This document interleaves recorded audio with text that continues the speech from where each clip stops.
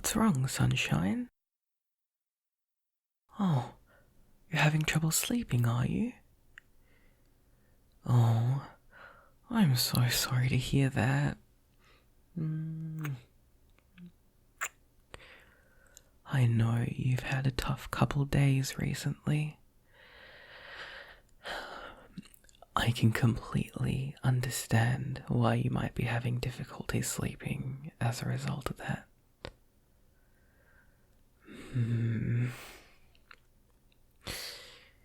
Before I came to the seventh realm and I had to study English, if I couldn't sleep at night, I'd always turn to period dramas. God, they were real trouble to get set up. Back in Yadava, we don't have any nations that have entered the Industrial Revolution, so there aren't any TVs or anything like that. If I wanted to watch a period drama, I'd have to use magic to tap into internet signals here. Yeah, I loved period dramas. They were how I learned English and human history after all. I mean, I needed to learn English somehow before I came to this realm, so it was period dramas. Anyway, watching them would help me become sleepy. Seeing those different worlds, thinking about what their lives were like, just got me all streamy and ready to sleep. But maybe it's not the best idea to be looking at screens right now, so no period dramas. Sorry, sunshine. Oh, I know. What if I told you a story? Yeah, I can tell you a story from home. This one that I have in mind, it's quite popular with the kids and young adults, so I think you might like it. Thanks, sunshine. I hope you enjoy it. Long ago, when there was great turmoil in the realm of Yadava, there lived a hero, a human, and a prince, a demon, who lived in two separate kingdoms. Now, sunshine, remember, demons, such as myself, aren't inherently evil. Cheeky, yes. Cunning, most of the time, but not pure evil like they're painted in books, movies, fairy tales in this realm. The hero, he had no noble background. His parents were farmers, and they lived on the outskirts of a poorer part of their kingdom. But he had a talent for magic and a keen eye that made him an incredible swordsman. Through hard work and dedication, he became one of the kingdom's most prominent heroes. Quite rare for a nobody who began his life as an adventurer at the late age of 19. The hero worked his way up through the ranks of the kingdom's adventurers guild. Although he was capable of slaying incredibly powerful beasts that would have earned him a lot of fame and money, he spent most of his time in the poorer areas that couldn't afford to put up bounties for the monsters that would terrorize the local people. He'd either do his work for free or in exchange for some food and supplies. he never forgot his roots. He was a true hero to his people. The demon prince, on the other hand, lived a lavish life in the neighboring demon kingdom. By 18, he'd already grown well bored and disillusioned with the hedonism of the royal family and the nobles of his mother's kingdom. Feeling powerless to do anything about the blatant corruption of his kingdom, he often spent his time away from the castles, choosing to spend his days on the outskirts of the country. The demon prince was proficient in archery, but his real prowess was in magic. Normally, we only have one specialty in magic, and for the demon prince, his was light magic. Good mostly for defense, healing, and placating single, relatively small enemies. But he was so powerful that he could placate large hordes of monsters, bring back people from the brink of death, and even had the incredibly rare ability to use light magic on the offense. His signature attack was Light of Doom, which would summon a terrifying beam of light that would explode on contact. One day, when the prince was exploring the caves bordering the human and demon kingdoms, he heard the blood-curdling roar of a pseudo-dragon from deep within the cave. At the size of a car, pseudo-dragons are smaller than normal dragons, which can get to the size of a lorry, but they still possess a dangerous amount of magic. The prince went to investigate and found a human on the ground, severely injured, and a pseudo-dragon approaching it. It was the hero. Pseudo-dragons around that area were incredibly rare, and typically would be reported if mages detected their presence. Because the hero was only looking to slay some low-level monsters, he was severely ill-equipped to handle the pseudo-dragon. Fortunately, the prince found him and was able to quickly heal him, enough to keep the hero alive while the prince himself dealt with the pseudo-dragon. Although swords, such as the hero's, do little damage against the dragon's armor-like scales, the prince's light magic was more than enough for him to swiftly dispose of the pseudo-dragon.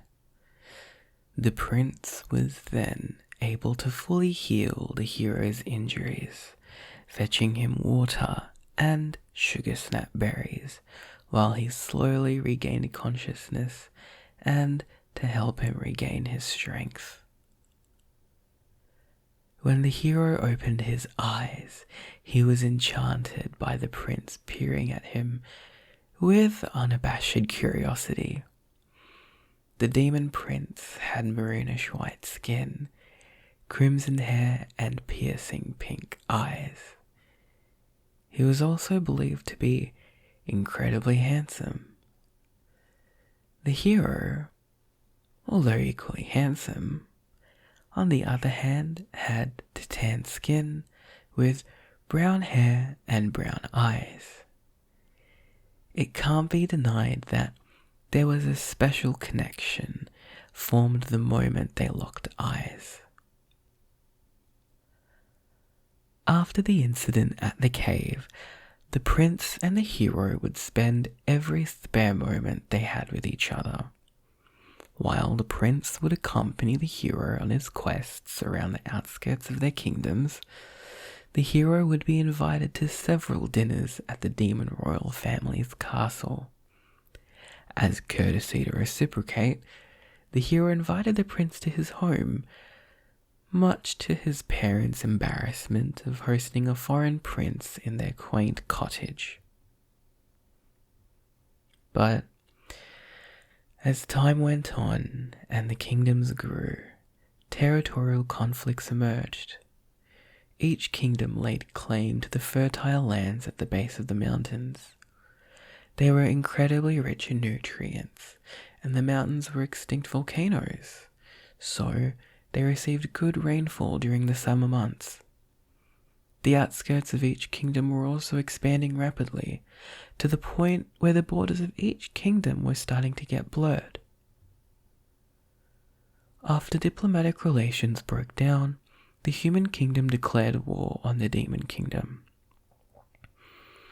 The prince was forbidden to leave the castle over fears of assassinations, and the hero was conscripted to fight the demon kingdom by the king of the human kingdom, despite expressing his love for the demon prince. But to the human kingdom, the demon kingdom was to be wiped off the map. The opposite was true for the demon kingdom, who were also content killing off as many humans as possible and burning their kingdom to the ground, despite the queen knowing that the prince, who was next in line to become the king, wanted to get engaged to the hero. As the humans started to tip the war into their favor, the queen tried to send the prince onto the battlefield because of his terrifying light magic, which she knew the humans would be ill-equipped to deal with. At first, the prince refused, until the queen threatened to send assassins after the hero. Eventually, the prince agreed to fight if the queen would spare the hero when they won, to which she agreed. Thus, the prince was forced to terrorize the human forces with his light of doom, and within a few days, the human kingdom was nearly brought to its knees. As human generals were captured, they confessed that their mages were summoning pseudo-dragons to annihilate the demons' outer settlements. The prince wondered why this explanation reminded him of an event from what felt like a lifetime ago.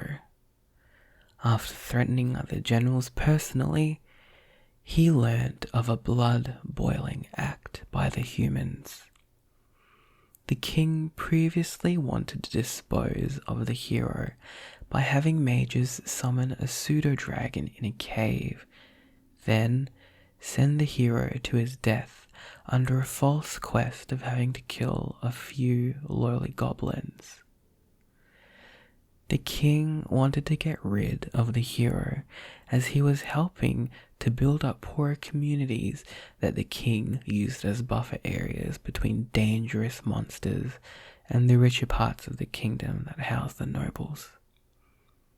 Angered that the king would treat his hero's life so lightly, the prince set out the next day, fully prepared to take the king's life and end the trivial war. At the crack of dawn, the prince, accompanied by the queen, arrived at the battle scene where the war had been raging for the past several weeks. In desperation, the king led the forces that day, and at his side was the hero. The prince hesitated a moment, knowing his light of doom would certainly injure his hero. One could say that it was desperation to keep the love alive that the prince invented his ultimate move on the spot. Some say that the gods favorably looked upon the prince's dazzling fervor and granted him a bow and arrow made of light magic. The prince's armor had zero chance of protecting him, and as Arrow of Devotion, as it's now called, pierced his heart, he was dead before his body hit the ground. The war was over. Or so the prince thought, until his mother shrieked for demon forces to advance, signaling this by launching a powerful fireball in the direction of the hero. Already weary that his deceitful mother would do something like this, the prince summoned a barrier to protect his hero. With the light of the gods coursing through his veins, the prince shot the same arrow of devotion at his own mother without hesitation. With the human king and the demon queen dead, and the prince now automatically the king of the demon kingdom, he declared an end to the war with victory to the demons. Without a leader on the field, the human kingdom submitted.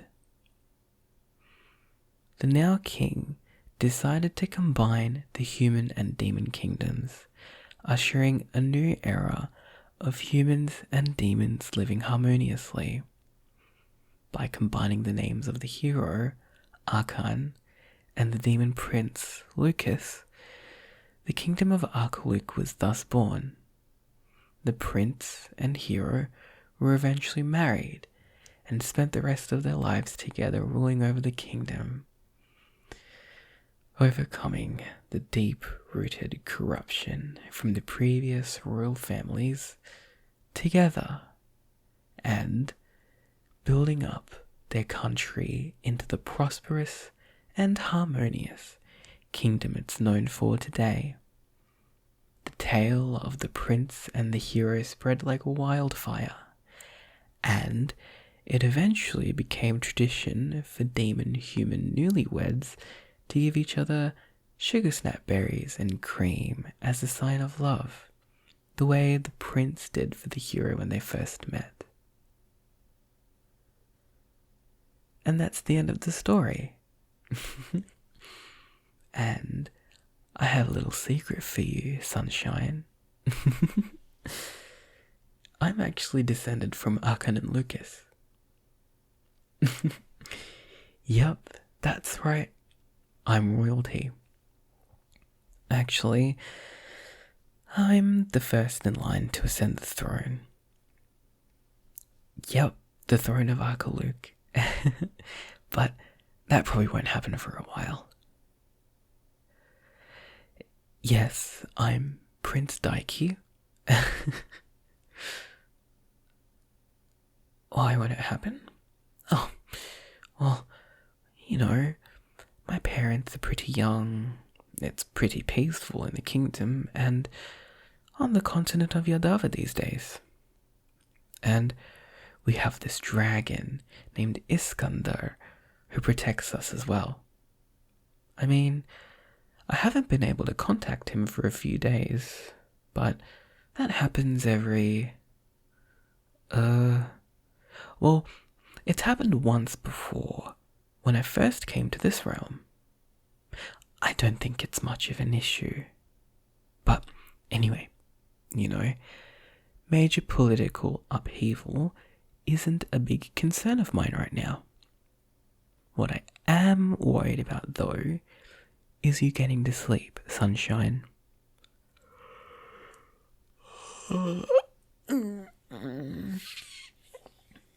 It's late, and I know we're both pretty busted. Did my story at least help you a little bit in getting a little bit sleepy? Oh, thank you, sunshine. I really do like it when you call me a good boy.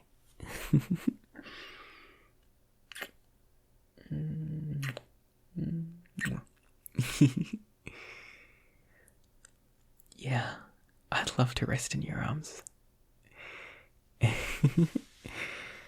Thank you, sunshine. Alright, good night.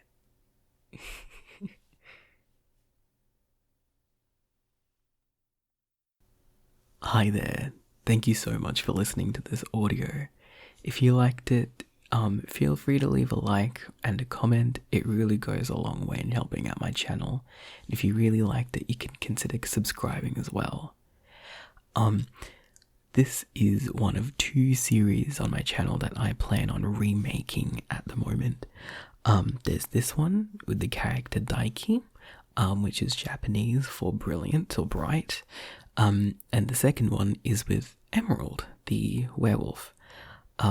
So I'm redoing a couple of their videos. So consider this one the first video, the first audio in a series. And yeah, I hope you enjoyed it. If you'd like to see continuation to this, please let me know in the comments. Feedback helps a lot with making these audios. So I really hope you enjoyed it. I'd like to give a huge shout out to my patrons, especially my Pack Alpha patrons who support me in making these videos. It really means a lot. So yes, thank you very much. I hope you have a wonderful morning, night, evening, afternoon, wherever you are in the world, and I'll see you around. Bye bye.